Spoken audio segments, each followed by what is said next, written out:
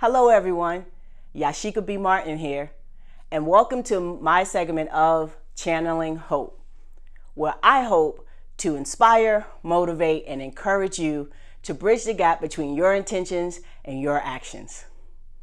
So let's get started. Today's topic, waiting.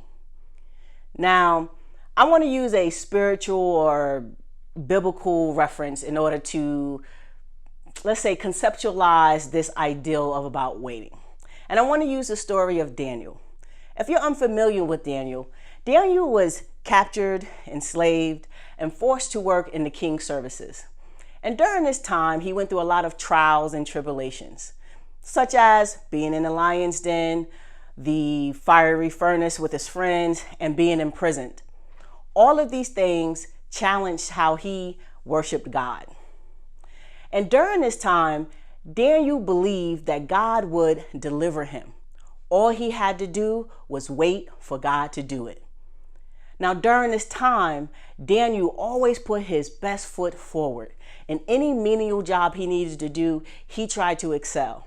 When it came to worshiping his God within the confines of his circumstances, he still found a way to do his best to worship God, even though it may not have looked like how he would have worshiped before he was captive. Now, in thinking about this story of Daniel and the idea of him waiting for his deliverance, a title came to me, and it was How to Live in the Waiting. How to live in the waiting. How prevalent is that, especially today when we're dealing with this COVID-19 pandemic? Now, a lot of us, when we think about having to wait, right? I pretty much equate that to us thinking that greatness has to come at a cost.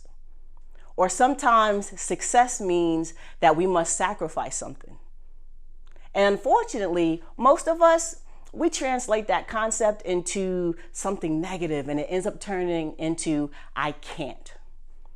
Because the more we think about waiting, the more we think about the sacrifices that we have, we begin to believe that it's not possible and it cannot happen. Now, this whole idea of waiting is something that I think should be celebrated. So if we want to do some great things, if we want to be successful in our own right, there are times where we're going to have to wait for decisions to be made. Now, check out this concept. Some people look at sacrifice as being something that's negative because they have to give up something that they usually enjoy doing. But if you had to give up one thing to gain something else that's greater, that's purposeful in your life, isn't that a positive thing?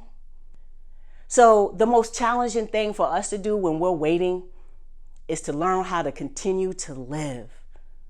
Jesus, knowing that he was going to be sacrificed, continued to live out his purpose. Daniel, while he was waiting to be delivered by God, he understood he had to wait, and he still had to do the best he could under his circumstances to serve God in the best way. So if you struggle with the idea of waiting, and waiting seems daunting to you, or waiting seems like something that you can't do, and your life seems to stop just because you're waiting on someone else to give you a decision, I have 3 action items, 3 perspectives, 3 concepts that you can apply to your life that can help you in the before, the during, and the after waiting period. So let's jump right into it. Number 1, find a way to be the best you can within the limitations of the circumstances that you have. Now remember, circumstances are not good or bad. They just are. So accept the circumstances that you're in and figure out how you can still be the best you during that time period. I know for me, as an extrovert and whose love languages are quality time and touch, this pandemic thing, being quarantined, it was rough for me. Eventually, I had to figure out that I could still be the best part of me and still give the best part of me to my friends and family. I just had to figure out that it was going to look different within the confines of my limitations. And eventually, I decided, you know what? I didn't want to just be the best me. I wanted to be a better me when the waiting was over, when I got the opportunity to come out and see people. I wanted to make sure that I was a better me to my friends and to my family. So that's one. Figure out how you can still be the best you within the confines of your waiting and your circumstances. Number two, learn how to focus on the potential blessings and not the imminent sacrifices.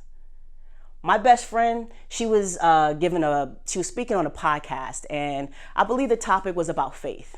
And she had made a statement that I think holds so true to this whole idea of waiting and living while we're waiting.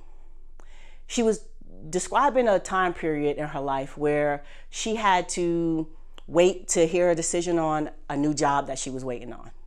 She was waiting to hear back on whether or not she got into her doctoral program. And she was waiting to hear whether or not she was going to close on her very first home, all at the same time. So she was telling this story, and she pretty much said this. She said, now that these three things are occurring, and it's all just a waiting game now. And then she stopped and said, no, let's reframe that. It is now a faith game. She said, now that I am waiting on a decision from other people, this is where my trust and my faith and the potential opportunities have to set in. In essence, she's saying she had to continue living her life even though she was waiting on someone else to tell her yay or nay. She still had a job, so she had to continue to do the best she could in the job she had. She still had a place over her head, so she had to continue to take care of that place, even though she was wishing and waiting and hoping for a new place. Two things that we cannot control: the past and other people's behavior. Two things we can control: our attitude and our actions. So when we're in that waiting period, you can control focusing on the potential blessings of this opportunity that's going to happen. And regardless of the response, whether you get that yes or that no, you'll know that you continue to live, so you will be all right regardless of what that answer is. The third thing I'm going to offer you, as last time, just do it. How do you live in the waiting? Live. Resist the noise that says your small everyday choices are insignificant, because that is not true. Every time you choose to be positive, to be happy, to operate in such a way that the waiting isn't something that's going to hinder you from impacting others, you impact people globally, within your community, within your family. It matters. Every choice you have matters. Remember this: you cannot relive yesterday. You cannot live for tomorrow, but you do have today to make a difference, not only in your own lives, but in those who are around you.